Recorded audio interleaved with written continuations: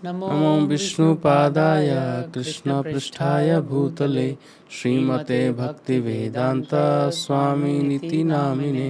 नमस्ते सारस्वते देवे गौरवाणी प्रचारिणे निर्विशेष शून्यवादी पाश्चात्य देश तारिणे। जय श्री कृष्ण चैतन्य प्रभु नित्यानंद श्री अद्वैत गदाधर श्रीवासादि गौर भक्तवृंद। हरे कृष्णा कृष्णा कृष्णा हरे हरे, हरे राम राम राम हरे हरे। हरे कृष्णा हरे कृष्णा। तो मैं आज मेरी यात्रा की जो हमारी श्रृंखला है उसके नए एपिसोड में हम सभी लोगों का, आप लोगों का स्वागत करते हैं।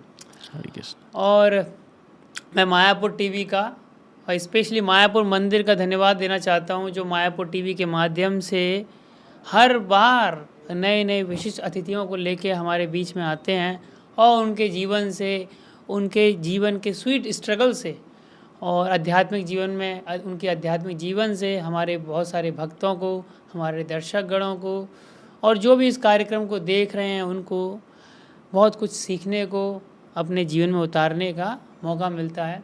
तो आज भी मेरी यात्रा की श्रृंखला में हम लेके आए एक बहुत विशिष्ट अतिथि के साथ आए हैं।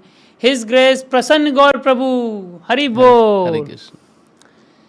तो मैं सीधे इस प्रभु जी को बता देता हूँ। प्रभु जी, इस जो हमारा शो है इसका कॉन्सेप्ट ऐसा रहता है, मैं रैपिड फायर की तरह एक प्रश्न, कुछ क्वेश्चन आंसर पूछूंगा, कॉफ़ी विद करण की तरह। यहाँ पे मिल्क विद प्रभु जी हो जाएगा या वाटर विद प्रभु जी। तो कुछ प्रश्न पूछूंगा बहुत साधारण से, आसान से, आपके आध्यात्मिक जीवन से, आपसे रिलेटेड उन प्रश्नों का आपको बताना है भक्तों को, और उन प्रश्नों से इंस्पायर होकर हमारे भक्त लोग कुछ अपने जीवन में, अपनी भक्ति में आगे बढ़ सकें। तो उसी के साथ हम चालू करते हैं पहला प्रश्न। तो प्रभु जी, हमारा पहला प्रश्न फिक्स है, सबसे मैं पहला प्रश्न यही करता हूँ। तो आप इस international society for Krishna consciousness यानी इस्कॉन में भक्तों के साथ में कैसे जुड़ गया? हरे कृष्णा। हरे कृष्णा। तो थैंक यू सो मच प्रभु जी। ये एक $1,000,000 क्वेश्चन है, सभी से ही पूछा जाता है, चाहे हम इंटरव्यू के माध्यम से पूछें या किसी भी जगह पर पूछें। एक्चुअली एक क्यूरियोसिटी सभी के अंदर होती है, सब जानना चाहते हैं कि जो भक्त हैं इस्कॉन के, आप कैसे जुड़े प्रभु जी। तो कुछ लोग इंस्पिरेशन के हिसाब से पूछते हैं, कुछ लोग जानना चाहते हैं पर्सनैलिटी कैसी है। तो ऑफ कोर्स ये क्वेश्चन $1,000,000 क्वेश्चन है और इंस्पिरेशन के लिए, और हम चाहते हैं कि हमें कुछ ना कुछ मोटिवेशन मिले। 2013-14 के बीच में मैं इस्कॉन से जुड़ा था और मेरा जुड़ना ऐसा हुआ कि जो मेरी स्पिरिचुअल जर्नी थी वो बचपन से ही थी, लेकिन 2013 में मैं डायरेक्ट इस्कॉन में गया। मैं जब इस्कॉन गया था, इस्कॉन पंजाबी बाग, तो मेरा घर उस धरी, पंजाबी बाग तो नहीं, उस तरफ आगे पड़ता था। तो उस रूट से मैं पहली बार जब निकला तो मैंने देखा बहुत सुंदर मंदिर है और बड़ा सुंदर कीर्तन हो रहा है। तो समहाउ मैं उस मंदिर के अंदर गया और जाके देखा तो मैंने सबसे पहले देखा कि कुछ भक्त जो है मृदंग बजा रहे हैं। और मैंने देखा ये जो मृदंग है, बड़े यंग डिवोटीज़ थे जो बजा रहे थे। तो मुझे बड़ा अट्रैक्ट लगा एकदम, क्योंकि मुझे म्यूज़िक का बड़ा शौक़ था। तो पहला अट्रैक्शन मेरा ये था कि मैंने वो कीर्तन सुना, अंदर गया, फिर देखा डीटीज़ इतने सुंदर हैं। तो राधिका रमन, कृष्ण बलराम, उनको देख के और अच्छा लगा। फिर देखा आसपास में लोगों का जो व्यवहार है वो बहुत सुंदर है। तो एक ही दिन में बहुत सारी चीज़ें थी और फॉर्चुनेटली वो दिन भी था एकादशी का। तो मुझे सारी चीज़ें एकदम प्लान वे में लग रही थी, भगवान का कोई अरेंजमेंट ही होगा। तो मैंने एंटर किया और फिर धीरे पर मैं एक शॉकिंग तरीके से, क्योंकि आपस में जो लोग जानते थे आपस में तो बात कर रहे थे, पर मैं पहली बार गया था तो मुझे कोई जानता तो नहीं था। तो मैंने सोचा अब मैं ऐसे तो किससे क्या बात करूँ, तो बस जनरली लोग जाते हैं, दर्शन करते हैं। तो पर ये था मेरा जानने का कि इतने सारे यूथ हैं, इतने सारे लोग हैं यहाँ पर, ये सब किस तरह से भक्ति करने के। जनरली सनातन धर्म मंदिर में हम जाते हैं, वहाँ पे हमने देखा है, तो वहाँ पे अलग कल्चर होता है, इस्कॉन का अलग कल्चर है। तो वो सब चीज़ें मेरे अंदर एक जिज्ञासा पैदा कर रही थी कि मैं थोड़ा जानना चाहता हूँ। मंदिर तो मैं और बहुत सारे भी गया हूँ, लेकिन इस्कॉन मंदिर आया मैं पहली बार हूँ, सुना भी मैंने था, लेकिन एंटर जो मैंने किया तो वो उस चीज़ ने मेरी जिज्ञासा को और बढ़ा दिया। तो इस तरह से मैं इस्कॉन में पहली बार गया। हरे कृष्ण। प्रभु जी ने बहुत एकदम आई ओपनिंग एग्जाम्पल दिया, स्पेशली जब प्रभु जी ने बाद में बताया कि इस्कॉन मंदिर का जो एनवायरनमेंट था, जो वातावरण रहता है, वो जो भी पहली बार फर्स्ट टाइम विजिटर होता है ना, उसके लिए बहुत बहुत शॉकिंग सा एकदम रिएक्शन रहता है। कहाँ आ गया भाई ये सारे यंग लोग, ये पढ़ाई लिखाई छोड़ के सब मर्दंग कीर्तन बजा रहे हैं। और बाकी जो मंदिर होते हैं ना, बाकी मंदिर में डेटीज़ भी रहते हैं, सब कुछ रहता है, बट जो वहाँ के विजिटर्स रहते हैं, जो भक्त लोग रहते हैं ना, वो काफ़ी 60-65 प्लस रहते हैं, एकदम जीवन से दुखे हारे सब कुछ हो गया है, तो वो लोग आते हैं। पर इस्कॉन मंदिर में जो इन्वायरमेंट रहता है, ये सब लोग जाते हैं, काफ़ी वाइब्रेंट, काफ़ी एकदम वाइब्रेंट इन्वायरमेंट रहता है, काफ़ी रिच इन्वायरमेंट रहता है, एकदम फुल ऑफ एनर्जी, क्योंकि सब सारे के सारे ज़्यादातर यंग लोग रहते हैं, कीर्तन कर रहे होते हैं, कोई डेटी वर्शिप कर रहा होता है ना, कोई प्रसाद पा रहा होता है तो प्रभु जी का भी एक्सपीरियंस वही रहा। और ये प्रभु जी की ये मतलब मैंने देखा यहाँ जितने लोग आते हैं सब थोड़े से शुरुआत से ही काफ़ी पायस हैं। प्रभु जी ऐसे खुद से मंदिर के अंदर चले गए और काफ़ी चीज़ें ऑब्जर्व कर ली, वो भी एकादशी के दिन गए। हमारे ऐसे लोग या बहुत सारे लोग तो अभी भी क्या है, घूमते रहते हैं, वो कहीं और नहीं, मंदिर नहीं जाएंगे, कहीं भी और चले जाएंगे, मंदिर नहीं जाएंगे साहब, फिक्स है आजकल के लोगों को, बहुत सारे लोगों का। और प्रभु जी इसी में जैसे आपने जो जब ये जीवन शैली अपनाई, ये मेरा दूसरा प्रश्न है आपसे, जब ये जीवन शैली आपने अपनाई, ये जो आध्यात्मिक जीवन आप जो जी रहे हैं, ये 16 माला भी माला करते हैं हम लोग और नियमों का पालन करते हैं, तो फिर आपके जो घर वाले हैं, सगे संबंधी हैं, मित्र हैं, है ना, तो उन लोगों का रिएक्शन क्या था? और आपने किस साल में या कितने उम्र के थे आप तब आपने जीवन मतलब स्टार्ट करना चालू किया, या मतलब कुछ बताइए उस बारे में मुझे। मैं लगभग 23 साल का था, 23 ईयर्स ओल्ड। और ये जीवन शैली को मुझे अपनाना ही था, क्योंकि मेरा जो बैकग्राउंड है, मेरा जन्म गंगा के पास ही हुआ था, लगभग 4 किलोमीटर मेरे घर से गंगा है। तो बचपन से मुझे एक अच्छा माहौल मिला था। अच्छा मतलब है कि फादर मदर वर्शिप करते थे, पूजा करते थे। छोटी छोटी चीज़ों में हम पूर्णिमा, अमावस्या ऐसे ऐसे पर्व पे गंगा स्नान करने जाते थे। हवन, कीर्तन, पूजा, ये सब चीज़ें हमारे यहाँ मतलब रेगुलर होता था। ऐसा कोई दिन नहीं था घर में हमने कभी देखा नहीं कि हमारे घर में कोई सूर्य उदय होने के बाद कोई उठा हो। उससे पहले सबको नहा लेना, फिर सब मिलके पूजा करना। फादर लीड करते थे, हम उनको, छोटे छोटे होते थे तो उनके पीछे सब जो भी आरतियाँ होती थी सारी आरतियाँ गाते थे। फिर देखते थे मेरे फादर बहुत सारी एक्टिविटीज़ करते थे। बहुत बड़ा इम्प्रेशन मेरे फादर का मेरे जीवन में पड़ा। मंगलवार के दिन हमारे इधर बंदर बहुत होते हैं, उनको जाके वो चने देने जाते थे। चींटियों को वो हम गेहूँ होता था वो होते थे, आटा डालते थे। और ये सारी चीज़ें रेगुलर होती थी। जो चिड़िया होती हैं, पक्षी होते हैं, उनको दाना डालना, तो ये चीज़ें वो करते थे तो हम भी करते थे। तो रेगुलर फॉलो करते थे इन चीज़ों को। तो कभी लगा ही नहीं कि ये कुछ नया कर रहे हैं हम, तो इसलिए वो नेचुरल सा था। लेकिन नेचुरल कब नहीं रहा, क्योंकि तब तक वो सब चीज़ें चलती रही। लेकिन when I was come in my Krishna consciousness, तो इन बिगिनिंग में मेरे फादर ने अपना बॉडी लेफ्ट हिज बॉडी, शरीर छोड़ दिया था। तब तक मैं इस्कॉन से जुड़ा था। लेकिन जब मुझे आश्रम में आना था, क्योंकि मुझे पहले से ही क्लियर था कि हर कोई चाहता है भगत सिंह हो, लेकिन मेरे घर से ना हो। तो इच्छा तो सभी की होती है कि कुछ ना कुछ बॉर्डर पे कोई सशक्त, कोई ऐसा होना व्यक्ति ज़रूरी है।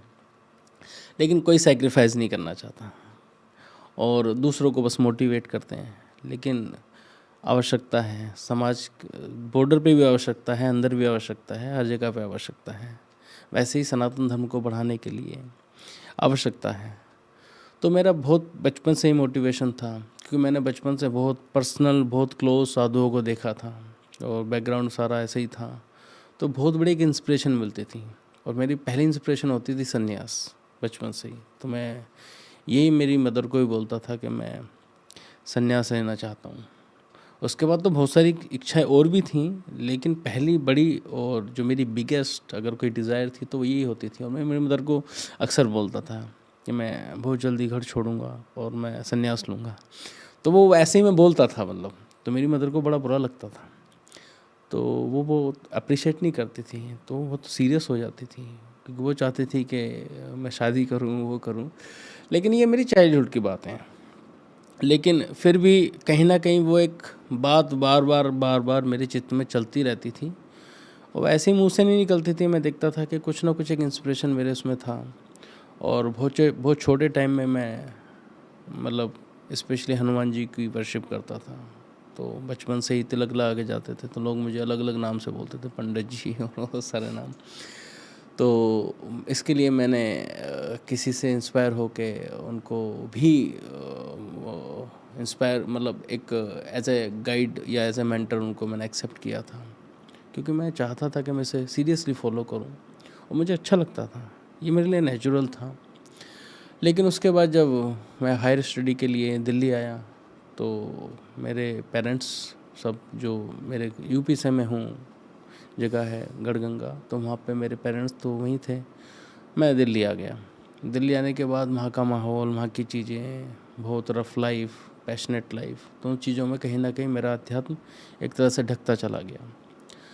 तो उस तरह से फिर उतना तो मैं एक्टिव नहीं रहा, लेकिन हमेशा एक लेमेंटेशन की स्थिति मेरी बनी रहती थी कि मैं ये सब क्या कर रहा हूँ, मुझे कुछ करना है। मतलब इस करना मतलब यह है कि मुझे भौतिक चीज़ों पे ज़्यादा फोकस नहीं था, मेरा फोकस था कि मैं स्पिरिचुअलिटी इतना फॉलो कर रहा था, अब नहीं कर पा रहा हूँ, तो वो लेमेंट मुझे बना रहता था।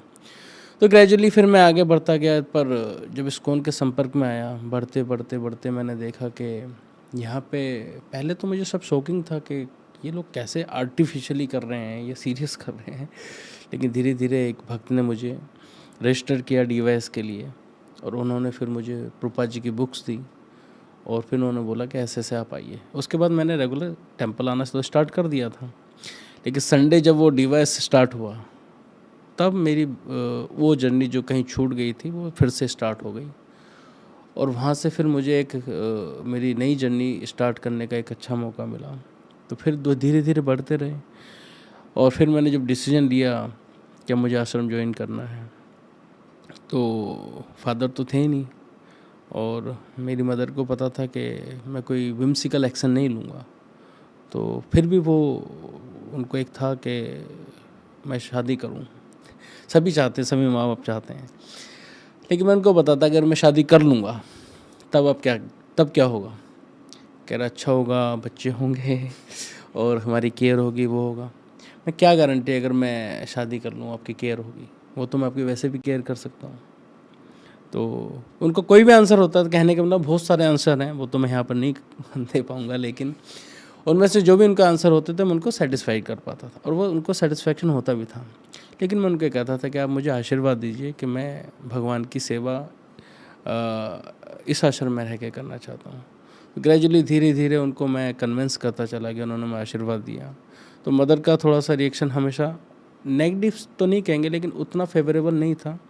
और वैसे ही बाकी जो मेरे फ्रेंड्स थे, सब थे, उनका भी, समाज का भी बहुत अच्छा तो रिएक्शन नहीं था, लेकिन बहुत नेगेटिव भी मैं नहीं कह सकता, क्योंकि उनको पता था कि मैं बहुत सिंसियरली कोई चीज़ कर पाता हूँ, तो कुछ ना कुछ सोचा होगा।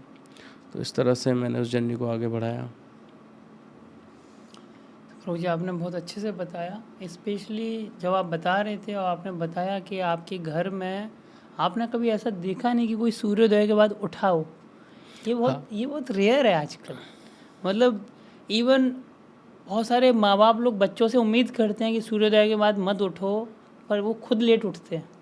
पर आपके घर में आपने बताया आपके फादर आप फादर से काफ़ी प्रभावित थे, और हमारे फाउंडर आचार्य प्रभुपाद जी के साथ भी काफ़ी स्टोरी मतलब आपका थोड़ा मैच करता है। प्रभुपाद जी भी अपने फादर से काफ़ी इंस्पायर्ड हैं, और उन्होंने तो प्रभुपाद जी अपने फादर को एक बुक भी डेडिकेट करी है ना, डेडिकेटेड टू गौरमोंडे, है ना। तो फादर, हाँ, तो मतलब प्रभु, और जैसे आपने बताया कि आपके पिताजी जीव दया बोल सकते हैं, जानवरों को, बंदरों को, चींटियों को, पक्षियों को, ये आजकल, पहले ये हमारे गांव में कल्चर है, अब ये कल्चर ख़त्म होता जा रहा है धीरे धीरे। ये जो कल्चर है, गांव का कल्चर, ये ख़त्म होता जा रहा है धीरे धीरे, मैं देख रहा हूँ। और आप गंगा, मतलब आप काफ़ी एकदम, मैं पहले भी ये वाली बात बोला कि यहाँ जितने भी लोग आते हैं सब शुरुआत से ही भक्त हैं। वो तो अपनी भक्ति कंप्लीट करने आए हैं, कि उनकी भक्ति रुक गई, मतलब पिछले जन्म में कंप्लीट नहीं हो पाई थी, तो इस जन्म में भक्ति को somehow और अदर कंप्लीट कर लें।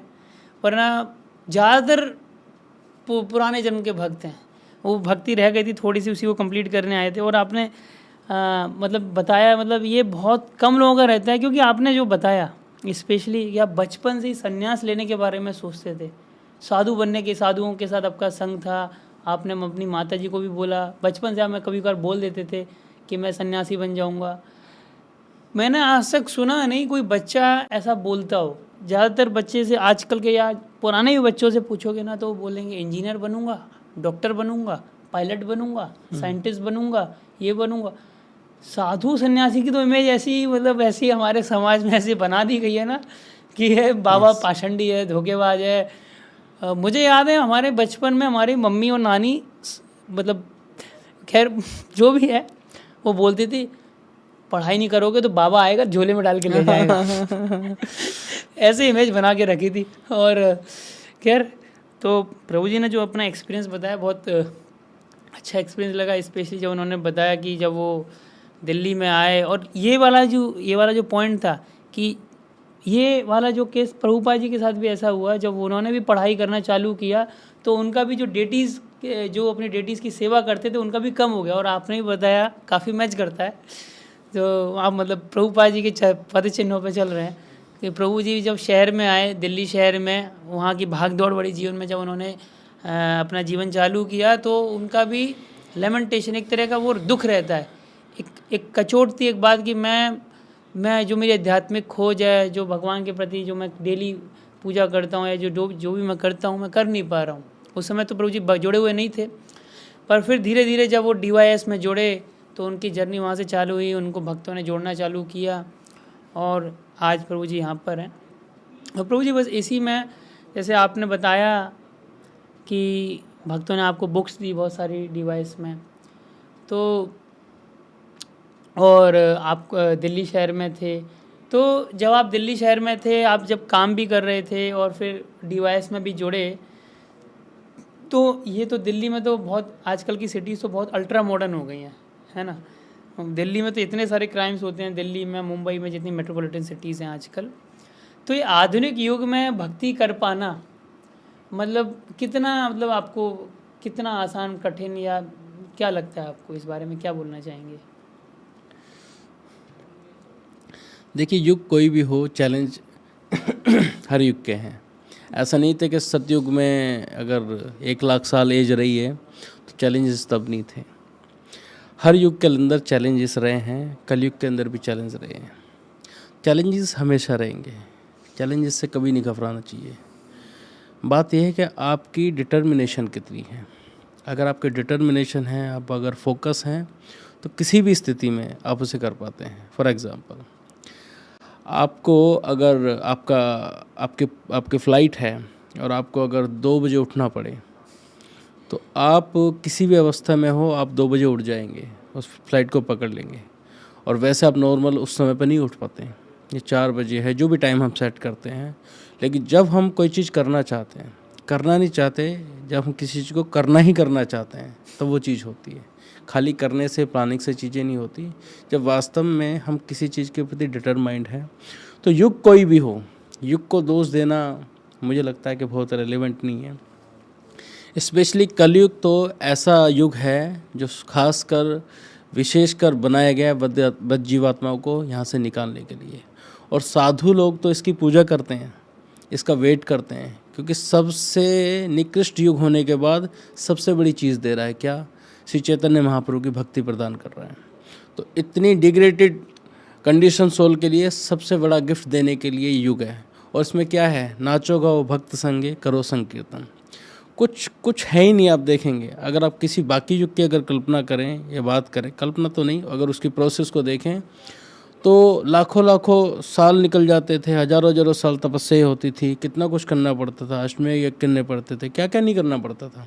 और यहाँ पे क्या है, केवल हरे कृष्ण महामंत्र से आपको बस सारी विधि का लाभ मिल जाता है और इसमें कोई डिफ़िकल्टी नहीं है। डिफ़िकल्टी क्या है कि हम किसी चीज़ को प्रायोरिटाइज नहीं करते। ये 2 घंटे का जो जप है 16 माला का हम करते हैं, उसको आप बिना किसी आश्रम में रहे, चाहे आप किसी भी आश्रम में हैं, आप 4:30 बजे से और लगभग 8 बजे तक, तब तक किसी आश्रम में नहीं है। या तो आप सो रहे हैं या फिर आप कुछ मतलब उस समय आप किसी आश्रम में नहीं हैं। जागने के बाद आप किसी आश्रम में दिखते हैं, तो वो डिटरमाइंड होने का सबसे बड़ी चीज़ है। तो मॉडर्न युग हो चाहे वैदिक युग हो, हमारी अपनी डिटर्मिनेशन होनी चाहिए। अगर चैलेंजेस की बात करें तो हर स्टेप के ऊपर चैलेंजेस हैं, कोई गारंटी किसी चीज़ की नहीं है। गारंटी तो सिर्फ यही है कि भगवान ने जो समय दिया है उसमें हम अपनी डिटर्मिनेशन डाल दें। तो ये सबसे श्योरेस्ट, प्योरेस्ट, क्विकेस्ट प्रोसेस है जिसको आप डिटरमाइंड होकर कर सकते हैं। There is no challenge. Hare Krishna. प्रभु जी का आंसर बहुत ही उत्साह बढ़ाने वाला था। तो जो भी दर्शक इस प्रभु जी का आंसर को सुन रहे थे तो ध्यान से सुनिए कि स्पेशली प्रभु जी ने बोला कि चैलेंजेस तो हर युग में आने ही आने हैं, परेशानी हर जगह आनी ही आनी है, बट अगर हमारा डिटर्मिनेशन थोड़ा स्ट्रांग हो और जो भगवान ने जो समय दिया और अगर हम अपना डिटर्मिनेशन ऐड कर दें तो हम चैलेंजेस से ऊपर जा सकते हैं। स्पेशली प्रभु जी ने बताया कि साधुओं का एग्जाम्पल दिया कि कलयुग में तो साधु लोग इंतजार करते हैं। और भागवतम में तो श्लोक भी आता है, कलय दोष निधे राजन अस्ति एक महान गुण कीर्तनादेव कृष्ण से मुक्त संग परम ब्रजेत।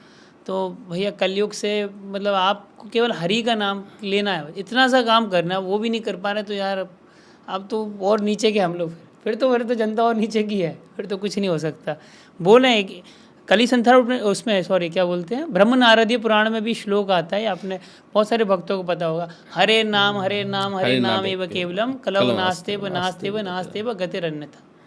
ऐसा नहीं बोला कि योग हरि नाम के अलावा योग और शास्त्र क्या बोलते हैं, कर्म योग ध्यान योग, ऐसा नहीं बोला। हरि का नाम बोला, भगवान का नाम कोई भी ले सकता है, ठीक है, तो उसमें कोई बहुत बड़ी बात नहीं है। पर भगवान का नाम लीजिए, ये युग की स्पेशल छूट दी गई है। प्रभुपाद जी और बहुत सारे भक्त लोग बताते हैं ये कलयुग में स्पेशल छूट चल रही है, आपकी सेल चल रहा है, भगवान के नाम की सेल चल रही है।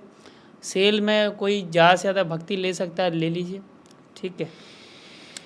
प्रभु जी इसी में हम आगे चलेंगे और आपसे जैसे भक्ति जीवन में बहुत सारे लोगों के फैक्टर्स रहते हैं, कोई अलग तरीके से रहता है।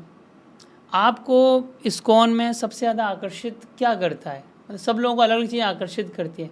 मैं प्रश्न पूछता हूँ बहुत बारी लोगों से, सबका कुछ ना कुछ रहता है, किसी को ये कुछ, आप एक से ज़्यादा आंसर भी दे सकते हैं, मल्टीपल चॉइस भी हो सकता है, जरूरी नहीं है कि सिंगल चॉइस है, मल्टीपल चॉइस भी हो सकता है आपका आंसर। इस बारे में कुछ बताइए। सबसे पहले तो मैं आप सबको इनवाइट करूंगा कि आप इस्कॉन आइए और भगवान चैतन्य महाप्रभु की कृपा से, भगवान कृष्ण की कृपा से आप अगर जब इस्कॉन में एंटर करते हैं तो ऐसी कोई भी एक्टिविटीज़ इस्कॉन के अंदर नहीं है कि किसी एक एक्टिविटी से आप आकर्षित ना हो। जितनी भी एक्टिविटीज़ हैं आपको आकर्षित करेंगी ज़रूर। हो सकता है सारी करें, हो सकता है कोई एक करें, हो सकता है 2 करें, तो कोई ना कोई एक्टिविटीज़ आपको आकर्षित करेंगे, क्योंकि जीवेर स्वरूप है कृष्णेर नित्यदास, जीवेर तटस्थ शक्ति भेदा भेद प्रकाश। हमारा जो स्वरूप है, हमें सेवा करनी ही है। या तो हम प्रभुपाद जी एग्जाम्पल देते हैं, you serve a god, serve other you serve a dog, या तो गॉड की सेवा कर लीजिए, नहीं तो डॉग की सेवा करेंगे। तो एक्टिव रहना ही है, जीवात्मा एक्टिव ही है, उससे सेवा करनी ही है। तो उस एक्टिव में उसे वैरायटी चाहिए। Variety is the mother of enjoyment. तो इन्जॉयमेंट हमें चाहिए। हम एक सब्जी रोज़ नहीं खा सकते हैं, कोई भी सब्जी हो, चाहे आपकी कितनी फेवरेट सब्जी हो, रोज़ नहीं खा सकते। आपको वैरायटी चाहिए। तो वैरायटी के लिए आप कभी देखिए, जब आप इस्कॉन में आएंगे तो इतनी वैरायटी हैं। भगवान कृष्ण ने हिज रसराज, भगवान रसराज हैं, सब कुछ उन्हीं से आया है। तो इतनी वैरायटीज़ हैं कि अनंत रस है। जनरली लोग प्रसाद से अट्रैक्ट हो जाते हैं, डीटीज से अट्रैक्ट हो जाते हैं, कीर्तन से अट्रैक्ट हो जाते हैं, व्यवहार से अट्रैक्ट हो जाते हैं। मैं ये तो नहीं कहूँगा कोई एक एक्टिविटीज़, मुझे तो सारी एक्टिविटीज़ अच्छी लगती हैं, लेकिन फिर भी बहुत सारी सब्जियों में मेरी एक फेवरेट सब्जी हो सकती है, बहुत सारी पोशाक में मेरी एक फेवरेट ड्रेस हो सकती है, तो अलग अलग चॉइस हो सकती हैं। तो मेरी जो पर्सनल चॉइस थी वो कीर्तन था, और कीर्तन से ही मैंने जैसे बताया कि जब व्हेन आई वाज एंटर तो मुझे वो कीर्तन ही सुनाई दिया था। और ये एक ऐसी एक्टिविटीज़ थी कि लगभग कुछ भी नहीं तो लगभग 15 से 20 घंटे में मेरी जो भौतिक लाइफ थी उसमें कीर्तन ही सुनता, म्यूज़िक ही सुनता था। ये एक एक्टिविटीज़ 100% चेंज हुई इस्कॉन में आने के बाद। उस 15 घंटे में मैंने अपने आप को कीर्तन सुनने में, वैष्णव सॉन्ग सुनने में लगाया।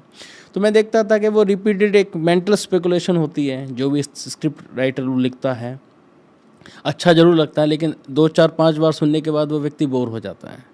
लेकिन अभी हरे कृष्ण महामंत्र डिफरेंट तरीके से गाया जाता है, हर अलग अलग मेलोडीज़ गाई जाती हैं, लेकिन इसका फ़ायदा क्या है, आप बाहर का कुछ भी सुन रहे हैं उतना ही डिग्रेड होते जा रहे हैं, क्योंकि सब मेंटल स्पेकुलेशन है। लेकिन आप जितनी बार हरे कृष्ण महामंत्र सुन रहे हैं, ये भगवान के बारे में कोई वैष्णव सॉन्ग या कुछ भी सुन रहे हैं, जितना आप सुनते जाएंगे उतना आपका हृदय प्योरीफाई होता जाएगा और उतनी चेतना उत्कृष्ट होती जाती है। तो आपका टेस्ट भी बन गया, और आपका धीरे धीरे क्या हुआ, इसी एक्टिविटीज़ को भगवान से जोड़ देने के माध्यम से आपका प्योरीफिकेशन हो गया, क्योंकि विदाउट प्योरीफाइड हम भगवान के धाम में एंटर नहीं कर सकते। लेकिन ये स्वीट प्योरीफिकेशन है।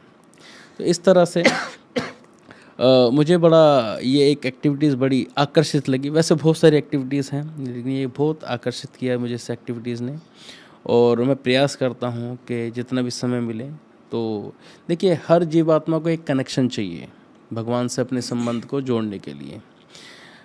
भगवान, भक्त और उसे जोड़ने के लिए भक्ति।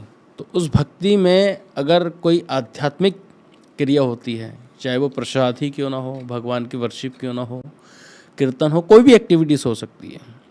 और भगवान की कृपा से, प्रभुपाद जी की कृपा से इस्कॉन संस्था के अंदर सब चीज़ों को भगवान की सेवा में लगाया गया है। निर्वंदे कृष्ण संबंधे युक्त वैराग्य उच्चते। हर चीज़ को भगवान की, जब भगवान ने सब चीज़ बनाई है तो कोई चीज़ खराब कैसे हो सकती है, लेकिन उसका यूज़ जो है कृष्ण की सेवा में होना चाहिए। तो वही एक्टिविटीज़ जो हम बाहर करते हैं, अगर उसी एक्टिविटीज़ को स्पिरिचुअलाइज करते हैं, उसके साथ क्या कर दीजिए, कोई भी एक्टिविटी से उसके साथ कृष्णा को जोड़ दीजिए, तो वही एक्टिविटीज़ क्या हो जाएगी, आपकी स्पिरिचुअल हो जाएगी। चाहे आप बिज़नेस कर रहे हैं, आप अपने बच्चों को ट्रीट कर रहे हैं, आप स्टूडेंट में पढ़ाई कर रहे हैं, उसके साथ कृष्णा को ऐड कर दीजिए, वो आपकी स्पिरिचुअल एक्टिविटीज़ हो जाती हैं। और स्पेशली जो भी आपकी इसमें हॉबीज़ हैं, जो भी हो सकती हैं, उसमें कृष्णा को डाल दीजिए, तो वो भी आपकी भक्ति है। हरे कृष्ण। हरे कृष्ण। प्रभु जी, बहुत अच्छे से आप जवाब दे रहे हैं। और स्पेशली आपने जो ये बताया कि कीर्तन आपको बहुत अच्छा लगता है, और लास्ट में जो आपने बताया एक कि हर सब्जियां बहुत अच्छी हैं, प्रसाद तो सारे अच्छा लगता है, पर फिर भी बहुत सारे लोगों की एक सब्ज़ी फेवरेट होती है या 2 सब्ज़ी फेवरेट होती है। ऐसी भक्ति में बहुत सारे प्रोसेस हैं, बहुत सारे तरीके हैं अपने आप को भगवान से जोड़ने के, कनेक्शन स्थापित करने के, और फिर भी सभी लोग और वैरायटी चाहिए हम लोगों को, और फिर भी किसी को एक प्रोसेस पसंद आता है, किसी को 2 प्रोसेस पसंद आता है। तो प्रभु जी का कहने का मतलब ये है, वो ये बताना चाहते हैं कि हमारे जो भी भक्त या श्रोतागण या जो भी डिवोटीज हम लोग को सुन रहे हैं, वो कोई ना कोई एक प्रोसेस अच्छे से कर लें, या तो वो श्रवण हो, भगवान का कीर्तन, या हरि नाम के प्रति रुचि बढ़ाएं, या शास्त्र अध्ययन के प्रति एक ना एक जो प्रोसेस है भक्ति का, उसमें कम से कम आप स्ट्रॉन्ग मतलब और आपका होना चाहिए, और बाकी प्रोसेस भी करते रहिए। तो ये प्रभु जी ने बहुत अच्छे से बताया। प्रभु जी, इसी में जैसे मैं पूछना चाहता था, हम बहुत बारी देखते हैं कि जो हमारा हरे कृष्णा आंदोलन है, बहुत सारे भक्त लोग, प्रभुपाद जी ने भी इवन कई बारी अपनी पुस्तकों के बारे में बोलते हैं, और प्रभुपाद जी भी आपने देखा होगा कि कई सारे भक्त लोग जो है ट्रेन में, स्टेशंस में, अलग अलग जगह पुस्तकें डिस्ट्रीब्यूट करते हैं, वितरण करते हैं। इवन इस्कॉन में तो हर नवंबर दिसंबर में मैराथन भी होता है, और प्रभुपाद जी ने भी कई बार बोला है कि बुक्स आर द बेसिस, है ना, यू डिस्ट्रीब्यूट द बुक्स। तो स्वाध्याय या प्रभुपाद जी की जो पुस्तकें हैं, उसका आपके आध्यात्मिक जीवन में आप उनको कितना श्रेय देना चाहते हैं? प्रभुपाद की एक बुक है साइंस ऑफ सेल्फ रियलाइजेशन, आत्म साक्षात्कार का विज्ञान। उसमें एक चैप्टर है गुरु। उसमें प्रभुपाद लिखते हैं कि संदेश वही है, लेकिन अलग अलग आचार्यों ने उसको अलग अलग तरीके से प्रेजेंट किया है। उसमें आगे बताते हैं कि हम सब अज्ञान में पैदा हुए हैं, कोई व्यक्ति नॉलेज के साथ नहीं आया, सब अज्ञान में पैदा होते हैं, लेकिन हर व्यक्ति को गुरु की आवश्यकता है। तो आवश्यकता बचपन से ही स्टार्ट हो जाती है। हमारे पेरेंट्स हमारे गुरु होते हैं, फिर आगे टीचर्स होते हैं, फिर आगे हमारे कॉलेज में हमारे टीचर्स होते हैं। तो हर स्टेप के ऊपर प्रभुपाद जी बताते हैं गुरु की आवश्यकता है, मार्गदर्शक की आवश्यकता है। बिना नॉलेज के आप आगे नहीं बढ़ सकते। लेकिन हम देखते हैं कि जितनी भी नॉलेज है, इतना सारा लिटरेचर है पूरे वर्ल्ड के अंदर, लेकिन सारी नॉलेज क्या है? जड़ विद्या ही माया रे वैभव, सब जड़ विद्या है। वो क्या बता रही है कि कैसे इस भौतिकता को बढ़ाया जाए और कैसे इसमें फंसा जाए। जैसे एक रेशम का कीड़ा होता है, वो क्या करता है? वो उस पूरे रेशम के उसको बनाता है धागे को, और फिर उसी के अंदर खुद फंस के मर जाता है। तो हमें उद्देश्य समझना पड़ेगा कि हमारा जीवन किस लिए है। एक चोर अगर चोरी करने जा रहा है तो कैसे चोरी करेगा? पहले वो ये चेक करेगा कि मैं निकलूँगा कैसे। तो हम सब चोर हैं इस भौतिक संसार के अंदर। हम एंटर तो कर गए, लेकिन निकलने का रास्ता नहीं पता है हमें। हमें ऐसा चोर बनना है कि हमें निकलने का रास्ता पता हो। तो वो रास्ता बताएगा कौन? उसके लिए गुरु होना चाहिए, शास्त्र होना चाहिए, साधु होना चाहिए। 3 एस्पेक्ट बहुत ज़रूरी हैं। जब तक ये 3 एस्पेक्ट नहीं है, तब तक व्यक्ति को सही ज्ञान नहीं मिल सकता। उसमें मूल रूप से है ग्रंथ। बहुत लोग ऐसे हैं जो ग्रंथों पे विश्वास नहीं करते। भगवत गीता बताती है कि जो ग्रंथों को, शास्त्रों को नहीं मानता वो नास्तिक है। तो हमें नास्तिक नहीं बनना। हमें क्या करना होगा कि ये ग्रंथ जो हैं, ये 4 तरह की त्रुटियों से परे होते हैं। 4 तरह की त्रुटि क्या हैं? कि हमारी जो इंद्रियां हैं वो अपूर्ण हैं। अपूर्ण इंद्रिय होने के कारण हम क्या करते हैं? हम भ्रमित हो जाते हैं, इल्यूज़न। जब भ्रमित हो जाते हैं तो हम क्या करते हैं? मिस्टेक, गलती करते हैं। गलती करते हैं तो फिर क्या करते हैं? हम उसे छुपाते हैं, झूठ बोलते हैं। तो 4 मिस्टेक के कारण हम इस संसार के अंदर कुछ भी इक्विपमेंट्स बना लें, कुछ भी चीज़ें कर लें, उससे जो भी चीज़ें होगी वो सब उसमें कमी रहेगी।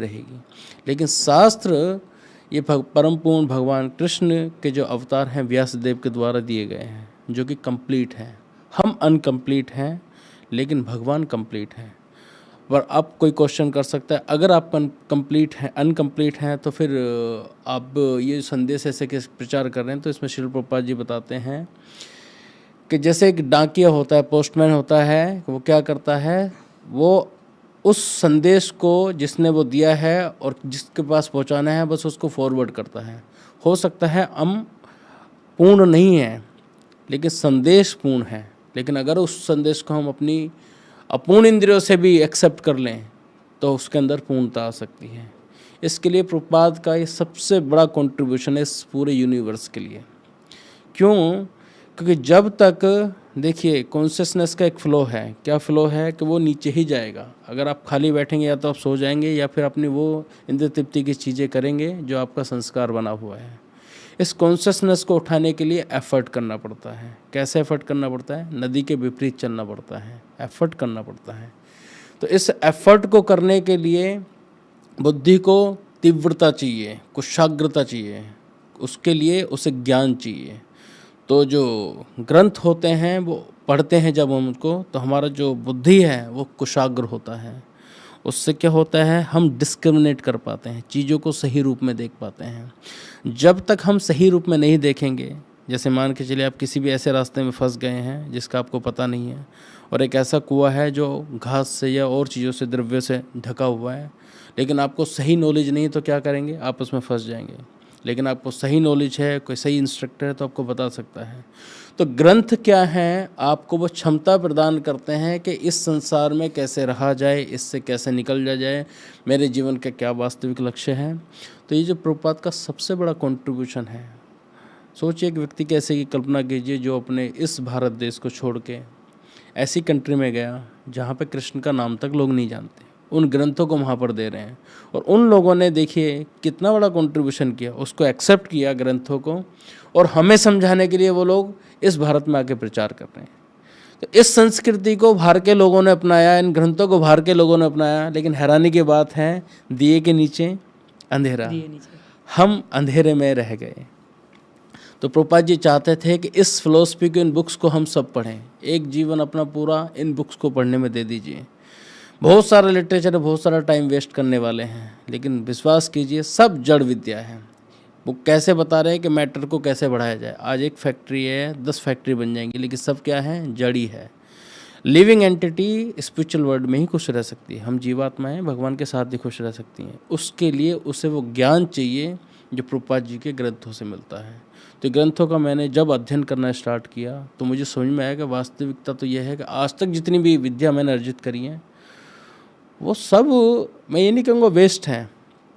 लाइवलीहुड के लिए, जीवन चलाने के लिए वो आवश्यक है, लेकिन जीवन ही नहीं चलाने के लिए हम यहाँ पर आए हैं, क्योंकि शरीर तो छूटना ही है। लेकिन हमें क्या चलाना है, हम आत्मा हैं और भगवान के धाम जाना चाहते हैं। तो उस आत्मज्ञान को प्राप्त करने के लिए शास्त्रों की आवश्यकता है। इसलिए एक ग्रंथों का बहुत बहुत महत्वपूर्ण योगदान है प्रभुपाद जी के द्वारा। आप सबसे मेरी प्रार्थना है कि जो भी इस शो को अटेंड कर पा रहे हैं, और ये मेरा रियलाइजेशन भी है कि जिन भक्तों ने, जिन लोगों ने प्रभुपाद जी के ग्रंथों का सहारा लिया है वो अपने जीवन को पूर्ण बना पाए हैं। कितने लोग ऐसे हैं जो डिस्ट्रीब्यूशन के माध्यम पे मिलते हैं, सुसाइड करने वाले थे, उनको गीता मिली, ग्रंथ मिले, उनका जीवन परिवर्तित हो गया और उन्हें और लोगों के जीवन में भी परिवर्तन लेके आए। तो ये वो वास्तविक नॉलेज देते हैं जो कोई नहीं देता। इसलिए ग्रंथों को लेना, पढ़ना बहुत आवश्यक है। मुझे बहुत ही इन्फॉर्मेटिव आंसर, बहुत ही बैलेंस्ड आंसर और बहुत ही स्कॉलर आंसर। तो जो भी हमारे भक्त लोग हैं, स्पेशली जो ग्रंथ नहीं पढ़ते हैं, बहुत सारे भक्त लोग हैं, तिलक लगा लेंगे, कंठी पहन लेंगे, पर ग्रंथ नहीं पढ़ेंगे, तो ये उन लोगों के लिए आई ओपनर है। आई ओपनर, ईयर ओपनर, सब कुछ ओपनर है कि भैया आप ग्रंथ पढ़ना चालू कीजिए। प्रभु जी ने जैसे बताया, स्पेशली जो चोर वाला एग्जाम्पल दिया, मुझे बड़ा अच्छा लगा कि अगर आप अब हम लोग चोर हैं, इस भौतिक संसार में आए हैं, चोरी कर, मतलब भेजा गया है हमको। तो चोर सबसे पहले चोरी करने से पहले क्या देखता है कि निकलेगा कैसे, जैसे आपने बताया।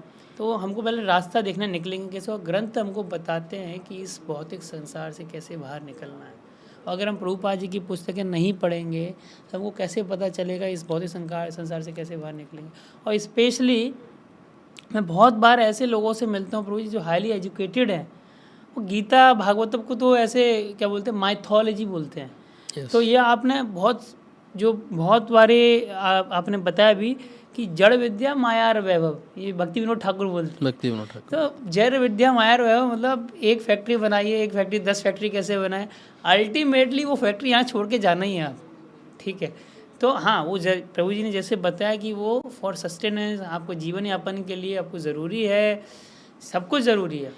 बट फिर भी अगर आपके पास भगवान का ज्ञान नहीं होगा, आत्मा का ज्ञान नहीं होगा, तो फिर आप क्या होगा, कृपण। प्रभुपाद जी तो इसको कृपण का एग्जाम्पल देते हैं, कृपण है वो व्यक्ति। तो आपने बहुत अच्छे से बताया। अगर हम शास्त्र पढ़ते हैं, साधुओं का संग पढ़ते हैं, गुरु साधु शास्त्र, तो हमारा जो जीवन है एक सही डायरेक्शन में जाता है। हम प्रॉपर जो भगवान का संदेश है समझ पाते हैं और हमको पता चलता है कि जीवन का उद्देश्य क्या है। तो जो भी भक्त ध्यान देखें, सुनिए, जो भी भक्त लोग शास्त्र नहीं पढ़ रहे हैं या कम पढ़ रहे हैं, मेरा उन लोगों से हाथ जोड़कर निवेदन है कि कृपया करके प्रभुपाद जी के ग्रंथों को पढ़ना चालू कीजिए। और आप किसी भी इस्कॉन मंदिर में जाइएगा, आपको वहाँ प्रभुपाद जी के ग्रंथ मिल जाएंगे। 80 से ज़्यादा भाषाओं में प्रभुपाद जी के ग्रंथ उपलब्ध हैं। तो कोई ये नहीं बोल सकता भाई मैं हिंदी भाषी हूँ, मैं बंगाली भाषी हूँ, मैं या फिर मैं और कोई दूसरी भाषा वाला हूँ। 80 से ज़्यादा भाषा में है, तो आप पढ़ सकते हैं। तो प्रभु जी बस एक लास्ट प्रश्न मैं आपसे पूछूंगा। जब आप ये आध्यात्मिक जीवन में आए हैं, लोग आप तो बोलते हैं कि आध्यात्मिक जीवन में क्या है, बाबा बन जाओगे यार, क्या दुखी रहोगे। पर आध्यात्मिक जीवन में तो हम देख रहे हैं बहुत सुखी हो जाते हैं व्यक्ति, टेंशन फ्री। तो ये जो आपका सुखमय जीवन है आध्यात्मिक जीवन का, ये इसका श्रेय आप किसको देना चाहते हैं? ये सुखमय जो आध्यात्मिक आपकी परिवर्तन यात्रा है, भौतिक जीवन से आध्यात्मिक जीवन, हमारे सब लोग जितने भी हैं सब भक्ति में जुड़े। बहुत कुछ लोग भक्त परिवार में पैदा होते हैं, पर ज़्यादातर लोग बाद में भक्ति से जुड़ते हैं। तो ऐसे ही आपका जो ट्रांसफॉर्मेशन हुआ, ये जो आपकी आध्यात्मिक यात्रा है भौतिक जीवन से आध्यात्मिक जीवन की तरफ, तो ये जो सुखमय जीवन जो हुआ, जो सुख मिलता है, उसका श्रेय आप किसको देना चाहते हैं प्रभु जी? ये भी एक मिलियन डॉलर क्वेश्चन है हम्म, कि किसको श्रेय दें। किसी एक व्यक्ति का योगदान हमारे जीवन में नहीं है, हम्म, बहुत सारे लोगों का योगदान हमारे जीवन में होता है, बचपन से लेके हम लास्ट तक। जैसे मैंने बताया कि हम सब अंधकार में पैदा होते हैं, बिल्कुल। लेकिन हर स्टेप पे हमें आगे बढ़ने के लिए गुरु की आवश्यकता होती है। तो बहुत सारे लोगों का इसमें योगदान होता है, लेकिन स्पेशल योगदान होता है कि जब व्यक्ति आपको आध्यात्मिक लाइफ आपकी स्टार्ट कराए, क्योंकि वास्तव में इसी को ही स्टार्ट करना होता है, बाकी तो सब छूटना है। छूटना है, विश्वास करें या ना करें, वो तो सच है, लेकिन सच क्या है वो कोई बता नहीं पाता। वो सच है आध्यात्मिकता।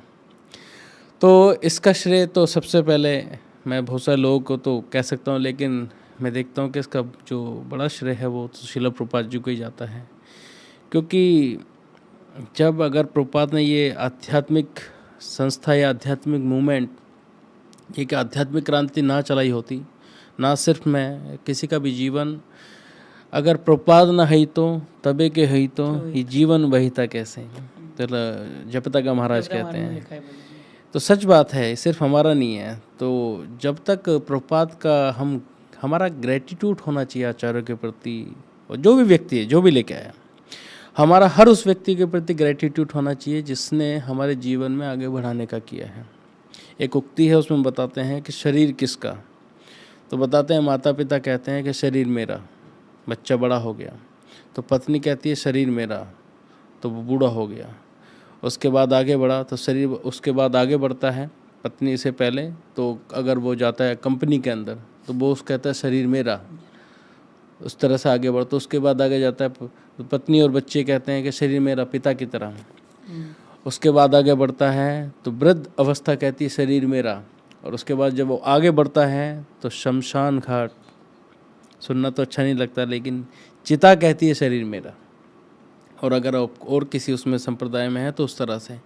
तो वास्तव में देखें, शरीर की अलग अलग तरीके से जर्नी हो रही है, लेकिन किसी का नहीं है। लास्ट में वो एक राख का शरीर है, लेकिन हम कौन है ये जानना जरूरी है। हम कृष्ण के हैं, कृष्ण के अंश हैं। भगवद गीता में भगवान बताते हैं ममे वांसा जीव लोके जीव भूत सनातना मनःष्टाणी इंद्रियाणी प्रकृति स्थानी कृष्णति। मेरे अंश हो। शरीर की जर्नी तो चलती रहेगी बचपन से ले गए आगे तक, लेकिन उस जर्नी को चलाने में अगर माता पिता या किसी का भी योगदान है आपके आध्यात्मिक लाइफ के लिए, तो उन सब के प्रति ये ग्रेटिट्यूड है। मैं उन सबको उसका ग्रेटिट्यूड या अपना कृतज्ञता शो करना चाहूँगा। इसके साथ साथ एक चीज़ ये भी बोलना चाहूँगा, जीवात्मा को जाना ही है। ऊर्ध्वं गच्छन्ति सत्वस्था मध्यम तिष्ठि राजसा जगन्य गुण वृत्तिस्था तमो गच्छन्ति तामसा। भगवद गीता का श्लोक है, उसमें क्या बता रहे हैं, जाना ही है। और तो अच्छे कर्म करे ऊपर के लोग, और अगर रजोगुणी कर्म करे तो पृथ्वी लोग, और उससे निकृष्ट कर्म करे तो नीचे के लोग। तो जीवात्मा को शरीर छोड़ना ही है, ये आपने बहुत सुना होगा। लेकिन जब छोड़ना ही है तो फिर जाना कहाँ है। तो जब हम मान के चलिए, अगर हम किसी एक ऐसी जगह में रहते हैं कि वो 1 BHK है, ये छोटा घर है, तो अगर इससे पूछा जाए कि आपको कहाँ जाना है, तो आप चॉइस कैसे रखेंगे। ऑफ कोर्स एक पैलेस की चॉइस रखेंगे, आपके पास सारी चॉइस हैं, तो एक अच्छी तैयारी की चॉइस करेंगे ना। तो वो एक अच्छी चॉइस क्या होनी चाहिए, वो इस जन्म में डिसाइड करना होता है। और अच्छी चॉइस क्या है कि दोबारा जन्म हो ही ना, तो इसी जन्म में ऐसी परफॉर्मेंस करनी चाहिए। तो ये ग्रेटिट्यूड मैं आचार्य के प्रति देना चाहूँगा कि उन्होंने वो चीज़ें डिसाइड करी है कि इस जन्म में आप ये डिसाइड करिए कि कैसा अच्छा कर्म करना है, कैसी अच्छी भक्ति करनी है, ताकि दोबारा जन्म ना हो और भगवान के धाम जाया जाए। कैसे प्रभु जी ने बताया, स्पेशली जो फ्लैट वाला एग्जाम्पल 1 BHK कि कैसे हमारे आचार्यों ने हमको ये ज्ञान दिया, स्पेशली शीला प्रभुपाद जो इस युग के, इस मॉडर्न युग के जो क्या बोलते हैं युगाचार्य, प्रभुपाद जी को युगाचार्य बोलते हैं हम, कि जिन्होंने अपने ग्रंथों के माध्यम से ये भगवत संदेश बताया और लोगों को समझाया कि जैसे प्रभु जी ने बताया कि अभी 1 BHK है, तुमको जाना कहाँ है, तुम्हारा अल्टीमेट गोल क्या है, वो प्रभुपाद जी की पुस्तकों के माध्यम से आपको पता चलता है। तो जो भक्ति जीवन का पूरा जो श्रेय है प्रभुपाद जी, और प्रभु जी ने बताया कि बहुत सारे लोगों को जाता है, स्पेशली शीला प्रभुपाद जी को जाता है। तो प्रभु जी ने बहुत अच्छे से हम लोगों को हमारे प्रश्नों का जवाब दिया, हमारी इंक्वायरीज़ का जवाब दिया, और मैं प्रभु जी का धन्यवाद देना चाहता हूँ।